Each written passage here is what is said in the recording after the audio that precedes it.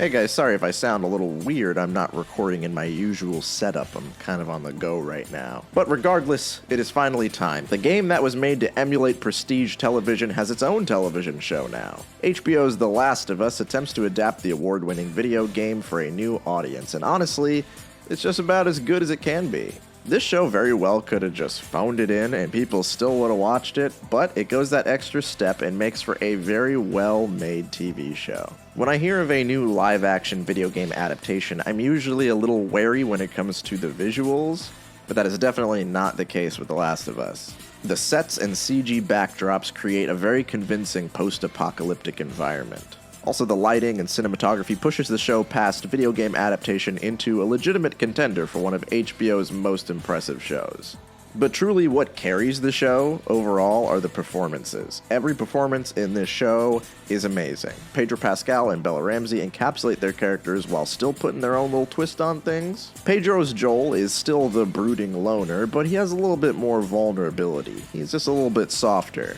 The murder hobo version of Joel from the video game makes sense for a video game where you're mowing people down constantly. But for a show that, for the most part, is trying to emulate the real world, this version of the character makes a bit more sense.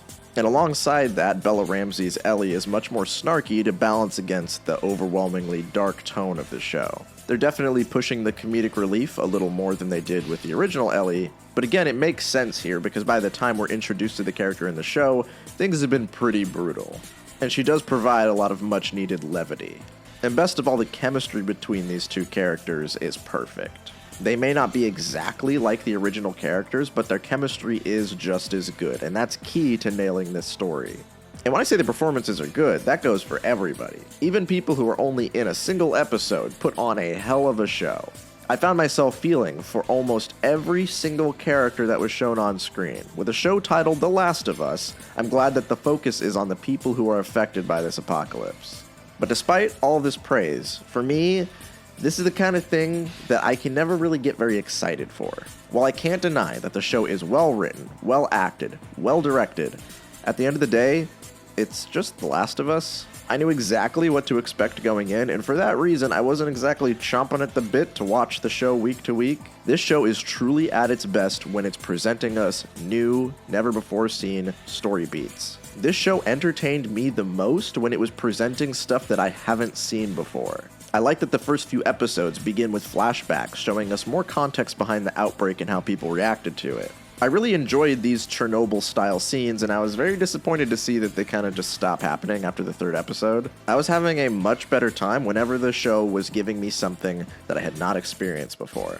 And it's widely believed that the best episode of the show is the one that is made up entirely of original content. Everybody went crazy for this episode, and that is because it's new. Nobody knew what to expect. It's surprising, and it's able to hit everybody just as hard because nobody's seen any of this before. And the thing is, after this episode, the show really loosens its grip. As the show progresses, it sticks closer and closer to the source material, and by the time the last few episodes rolled around, I knew exactly what I was in for. And for this reason, I really honestly think the last episode is one of the weakest episodes in the bunch. It's not a bad episode by any means, and there's a lot of content that I really enjoyed about it. I really enjoyed how the music took center stage in this action scene, just to really hit home the emotion of this scene and remind you that this is a bad thing that's happening. Still blows my mind that there are people who do not realize that, but that's okay. We'll get to that in Season 2. But other than that, it feels like the final episode is paced a little bit too quickly, and we don't have a lot of time to see what Ellie and Joel are like between the events of the previous episode and this big action climax. And honestly, that kind of context is really important for their relationship. But this episode kind of has to rush through that and get us to the finale as quick as possible because it's only 45 minutes. It's just disappointing because the rapport between these two characters is very important to help us understand Joel's final decision. And also, it's kind of weird how this show likes to hold our hand through the messages and themes. Instead of doing things in a subtle way, we get like 5 characters who solely exist to teach Joel his lesson verbally every other episode. Over and over, we get characters who tell Joel outright, "Hey Joel, remember, you should protect the people that you love." It becomes kind of annoying when everybody's sole purpose is to teach Joel that same lesson, And it's weird because the game wasn't that blunt with its messaging.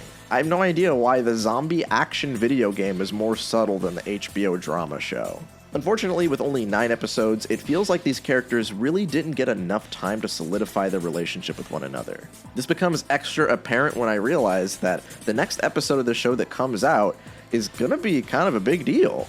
Ellie and Joel feel very close to one another, but they definitely do not feel as close as they should be by the end of this series. Also, I think if I had never played the game, this show probably would hit me much harder. I probably wouldn't even have a lot of these complaints. Overall, I think that the ideal way to enjoy the show for all it's worth is to have never played the video game before. People compare this show to other video game adaptations like Arcane, and for me, I will always prefer something that creates a unique narrative over something that I've seen before. And that's just me. I'm not saying that I'm objectively correct or anything. It's just my preference in the kind of media that I enjoy.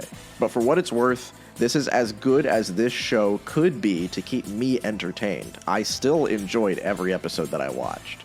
There's no denying that this is a very well-made show. I watched it with people who haven't played the game before, and it was nice to see their genuine positive reactions. And I really do think that the story of The Last of Us is one of the best stories that video games have told, and it's worth experiencing outside of the video game. It's a rare case where the story is not intrinsically tied to the gameplay, so it makes perfect sense that they would make a show based on it. I just think that if I had it my way, I would greatly prefer to watch a show with a new story and new characters that's set in this very interesting world.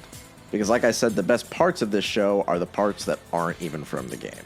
And if this series wants to keep going past Season 2 without having any video game to adapt, I think I would be much more interested to see what they do with it. And honestly, scoring this show is a little tough for me, because while this isn't something that I was asking for, I can't deny that it is a really good show. But God help them when they get to Season 2. So I'm going to give Season 1 of The Last of Us an 8 out of 10.